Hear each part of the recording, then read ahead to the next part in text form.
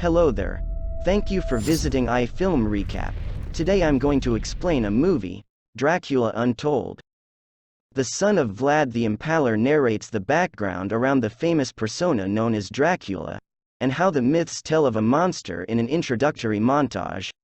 In an attempt to disprove the mythology, Vlad the Impaler's son narrates the circumstances that led to the creation of Dracula. The Sultan of Turkey tried to acquire and train boys in the Middle Ages in order to convert them into perfect soldiers with no moral or ethical responsibilities. One such boy was Vlad the Impaler, who earned the nickname, the Impaler, by using wooden stakes to display those he killed as a tactic of psychological warfare. Eventually, Vlad was able to escape his military service and was appointed Prince of Transylvania, a tribute territory to the Turkish Empire. While on a scouting mission in the woods, Vlad and his squad come upon a Turkish helmet and deduce that a Turkish scouting unit has entered Transylvania territory. In their search of the party, Vlad and his men approach a cave in the mountains and face an ancient sorcerer and master vampire, who chases them out of his lair. The Turkish group suddenly arrives the next day, as Vlad and his subjects celebrate Easter. Anticipating that they have come for the tribute, Vlad offers silver coins to the party, but the envoy requests that 1,000 boys be given over for service in the Turkish army. Vlad declines the request, but lacks an effective armed force to persuade the Turks to leave Transylvania peacefully. Following a failed diplomatic attempt with the Turkish Sultan, Vlad engages in skirmishes with a Turkish group sent to recruit his son in the Turkish army. Realizing that he will require greater strength to protect his territory and people, Vlad seeks out the vampire's cave and tells that he requires the vampire's strength. After hearing his story and warning him about the risks, the vampire feeds Vlad some of his blood, which imbues Vlad with night superpowers. The vampire says that this power will last 3 days, during which Vlad will be tempted to suck human blood, but if he can resist the need for the entire 3 days, he will be returned to his human form.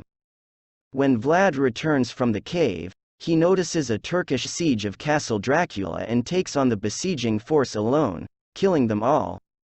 Vlad, determined to protect his people at any cost, orders the party to retreat to a mountain monastery whose terrain will hinder any Turkish attempt to take the facility. The Transylvanian group is ambushed by Turkish soldiers on the second night, and Vlad and his men fight them. Although winning the battle, Vlad's abilities continue to attract the notice of his closest advisors. The next day, when Vlad seeks to rally his people ahead of the battle, his use of demonic abilities is revealed, and the residents of the monastery turn on Vlad. Angry at this perceived betrayal, Vlad chastises his people before leaving. A massive Turkish force marches on the monastery that night. The land is defended by bats, but the incoming Turkish army turns out to be a decoy force used to let a few of the Turks enter the monastery and kill the people within. Mirena's attempt to save her son from the Turks fails, and she dies as a result.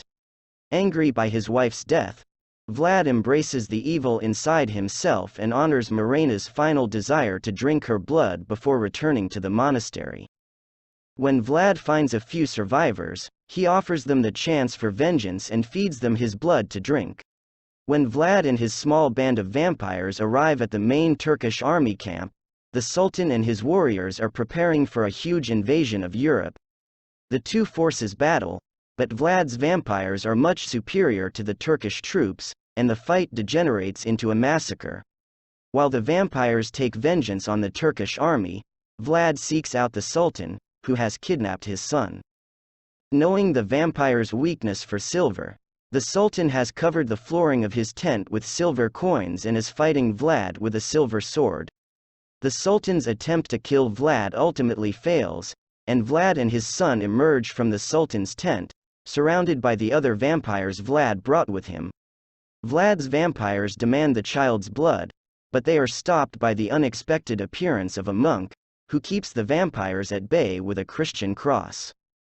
After comforting his son, Vlad orders the monk to take him away, and then uses his power to clear the cloud cover. The vampires die because they are unable to survive the effects of direct sun contact in the absence of clouds. After the battle, Vlad is presumed killed and the Turkish army defeated, therefore saving Europe from invasion and annexation. Vlad's son is crowned as the next Prince of Transylvania, and the name Dracula is passed down as a legend to future generations. Renfield discovers Vlad in a near-death situation and revives him, after which he remains hidden from the public sight. In the present day, a lady who resembles Morena is approached by a man who, seemingly by coincidence, compliments her flowers and recites her favorite piece of poetry. The man introduces himself as Vlad, and the woman as Mina, and the two leave together. The master vampire, who has not aged, watches the two walk by and ends the film with the words, "Let the games begin." Thank you for watching. Don't forget to subscribe and hit the notification bell for more movie recaps.